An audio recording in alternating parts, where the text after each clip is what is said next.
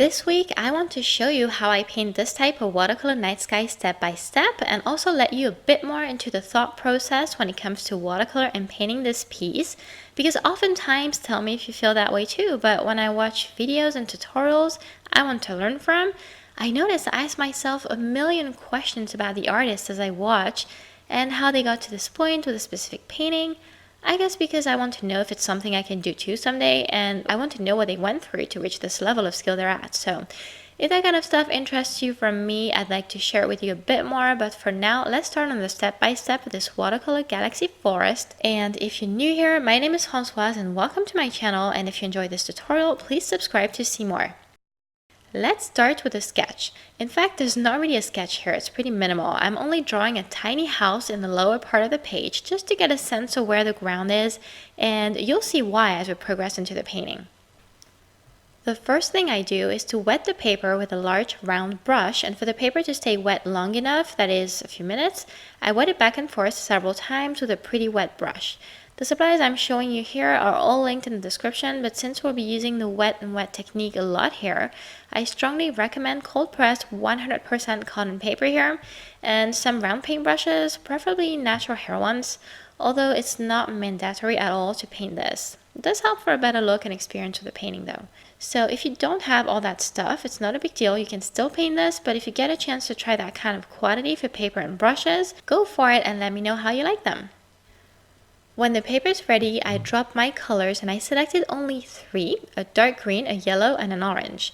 You should be seeing the exact shades I used up here, but really use what you have available in this color range or change the colors. Doesn't really matter as long as one of those is really dark and deep, like my green, and the other 2 a lot lighter and brighter. It's really going to help with contrast and making your painting pop and look more compelling. The story behind this painting comes from some work I've done before and only showcased on my Instagram account. It's a combination of a forest painting I did pretty fast and easy, and yet I was really happy with it. And the other painting is a monochrome one that I did to try a new color I got, Perylene Green, and it's what I'm using here actually. I found that I'm totally in love with how deep and mysterious this green makes my work. It's kind of like indigo but in a green version. So that's why I really want to use it again for a YouTube tutorial and use a forest scene like the one I did before. Feel free to connect on Instagram to check all my work out. I'll link to my account below. There you'll find the 2 paintings I just mentioned. I also shared some tips and behind the scenes consistently, so if you get a chance, I'd love to connect with you there as well. My first layer is done. You'll notice I left a lot of the bright tones in the center and tried to get several values in for my green with some lighter and some darker areas.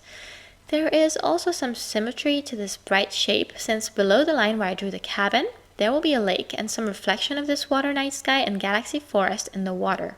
That's why I sketched the cabin as a reminder of where the reflection starts. I'm letting this dry and I'm painting a second layer, which you don't have to. I like to paint in layers, especially backgrounds. I don't know, I really think it makes them look a lot better, and if you want to fix some things from the first layer, it's a great way to. And when it comes to colors, I'm wondering what's my art style.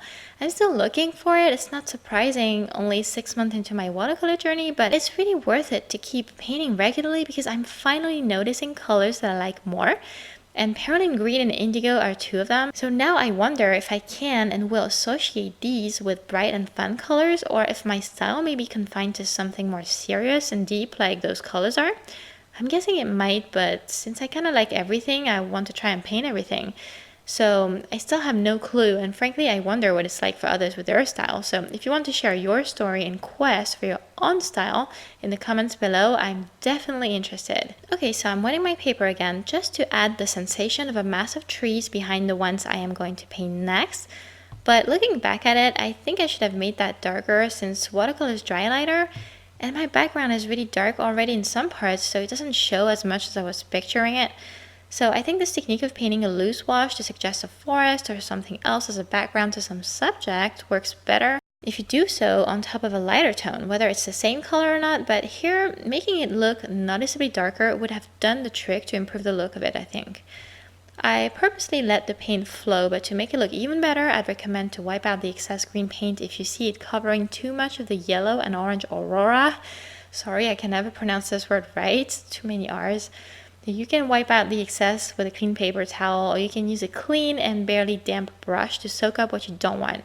I didn't do that, and the reflection from my Aurora kind of got covered up a little too much to my taste, but that's a detail. It doesn't have to be perfect, and yeah, that's something I really need to work on, as well as finding my style. At this point, the cabin got covered up a bit, but that's really not a big deal. We're waiting for this to dry completely, and I really insist here because we're going to add detail and the paper needs to be dry to keep full control over the paint.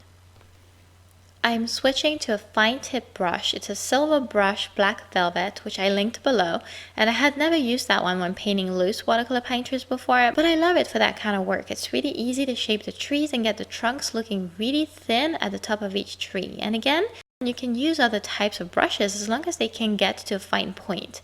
The Raphael brushes I was using previously for the wet and wet work can also do the job, but this type here is a lot more precise with tiny detail. I was even using it for hair painting the other day. I'll link that video right up here, since here on this channel I do a lot of landscapes, but also some portrait painting if that is something you also like to paint. Alright, so I'm adding a few bare trees here and there and painting the cabin now. I'm also varying the shapes, direction the trees lean in, and height also, just so the overall look of this tree line looks more interesting. I also use my Raphael brush to soften the bottom of each tree as I paint, because I don't want to wait for the paint to dry. So what I do is to come with my slightly wet Raphael brush and wipe the bottom of each tree as I paint to form the ground and erase any harsh line between the tree and the ground. And there you can get as creative as you want. You can keep the whole ground straight or make it hilly. It's one of those easy techniques that can make a great difference to what your composition looks like in the end. I'm letting this dry and I'm wetting the bottom part of the page below the ground line to paint the reflection of the trees. It's important here not to overload the page with water and wait for it to be almost dry but not quite, otherwise the reflection of each tree will get too blurry to even tell it's there.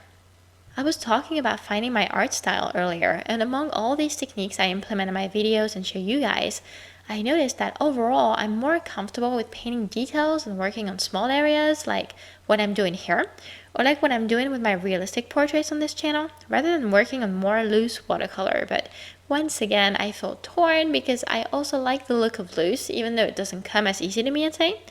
And I like to watch the watercolors flow and form beautiful patterns. It's mostly what helped me get into the medium in the first place. So these landscapes paintings here allow me to experiment with that some more, get more comfortable, and I think that in the long term I'd like to incorporate loose into my paintings, keep those loose techniques for the backgrounds maybe, and have a lot of detail in the foreground.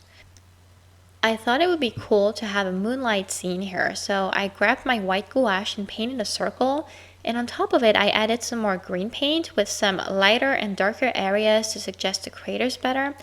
And I really like the technique. I got the idea when I was testing this painting before filming it, and I love it. It's really nice and easy to do. And working with gouache had me think about adding some more detail to my house with smoke gushing out of the cabin.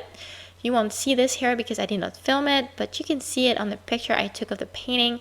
But I decided afterwards to add a little bit of white gel pen to the moon and the smoke, because I find it hard with gouache to get super white accents, since you have to add enough water to it to be able to use it. So using a gel pen really helped getting my highlights to look even better, and I also managed to work on details a little better than I could with the gouache. These two tools, the gouache and the white pen, I use them all the time in my paintings and even with other mediums. And I think they're really helpful to fix things, just improve on any art piece. So if that's something you were thinking about getting, I could only recommend it.